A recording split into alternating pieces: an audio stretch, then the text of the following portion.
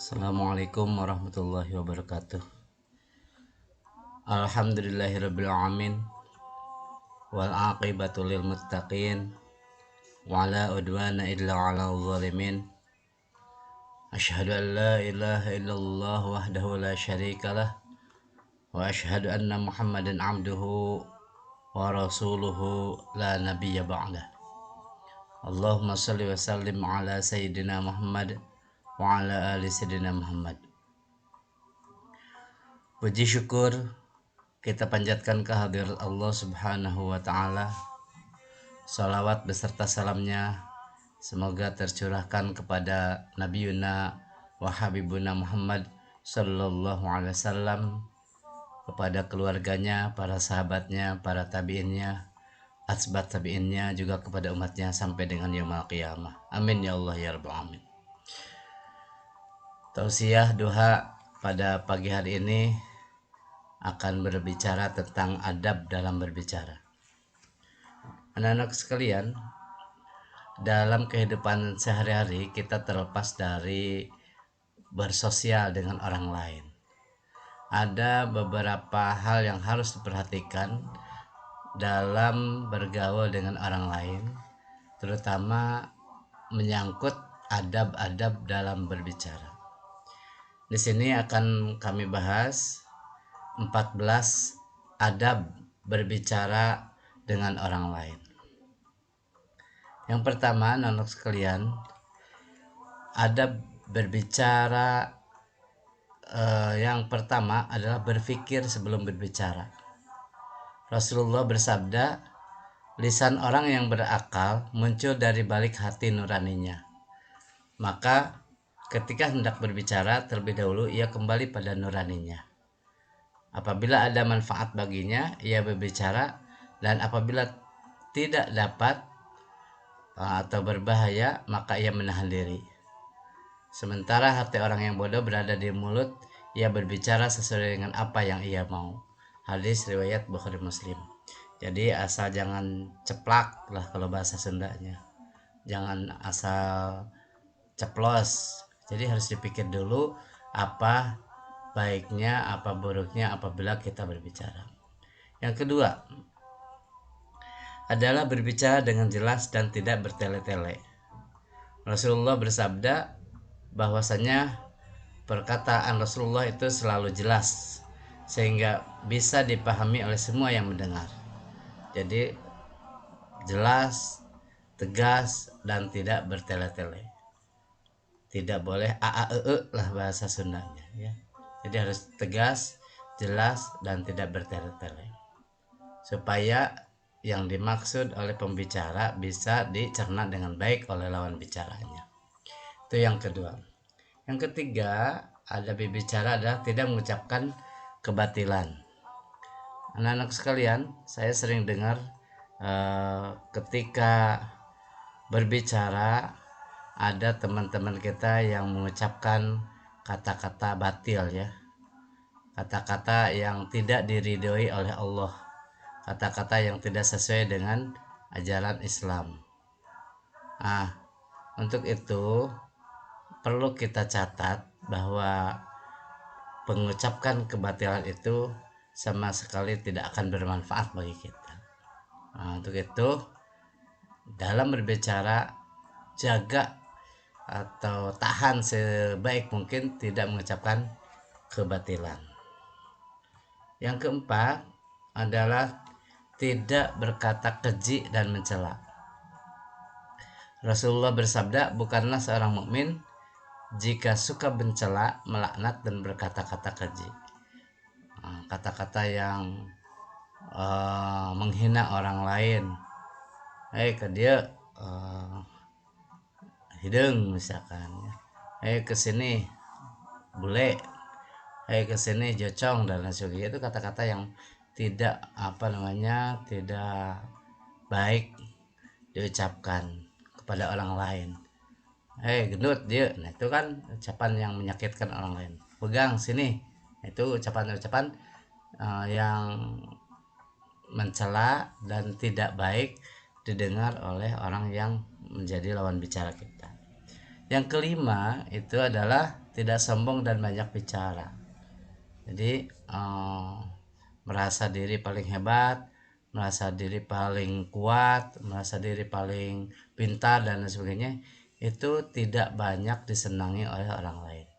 Maka yang paling baik adalah lebih baik diam, rendah hati, dan tidak banyak bicara. Nah ya, itu Rasulullah menganjurkan seperti itu. Yang keenam, ada berbicara adalah menghindari dusta. Nah, menghindari dusta, tidak berbohong, tidak asal bicara. Harus dipikirkan juga bahwa berbohong itu adalah ciri tanda orang munafik ya. Menurut hadis riwayat Bukhari, tanda munafik itu ada 3. Jika ia berbicara berdusta, jika ia berjanji mengingkar, jika diberi amanah ia berkhianat. Nah ini tidak boleh berbohong ya, termasuk pada guru. Ditanya tugas atau diambil tugasnya atau ditagih tugasnya, banyak alasan, kuotanya nggak ada, atau sedang sakit, atau sedang dalam perjalanan, padahal ada di rumah dan dia main game misalkan ya. Ditanya orang tua uangnya masih ada, bilang nggak ada. Ditanya kenapa tidak belajar, pura-pura sakit, itu kan dusta ya, itu tidak boleh. Yang ketujuh adalah menghindari gibah, menceritakan aib orang lain dan panggilan yang buruk. Ini tidak boleh ya, gibah, menceritakan. Ada orang yang punya kelemahan, hei si itu mah bodoh, nah itu nggak boleh ya. Oh si itu mah sok niron misalkan, walaupun benar ya, nah, itu gibah. Tahu nggak itu bajunya dapat nyolong misalkan, itu kan gibah padahal belum tentu. Nah ini harus kita hindari membicarakan keburukan orang lain. Selanjutnya adalah meminimalisir canda dan tawa.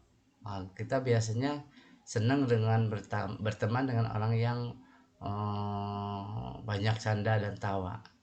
Nah ini dalam berbicara ada adab-adabnya, sedikit berbicara, sedikit candanya dan tawanya. Kalau canda boleh sih, tapi jangan terlalu banyak ya, sampai keluar air mata, sampai cekakak cekikik gitu ya, tidak sopan. Nah ini ya harus dihindari.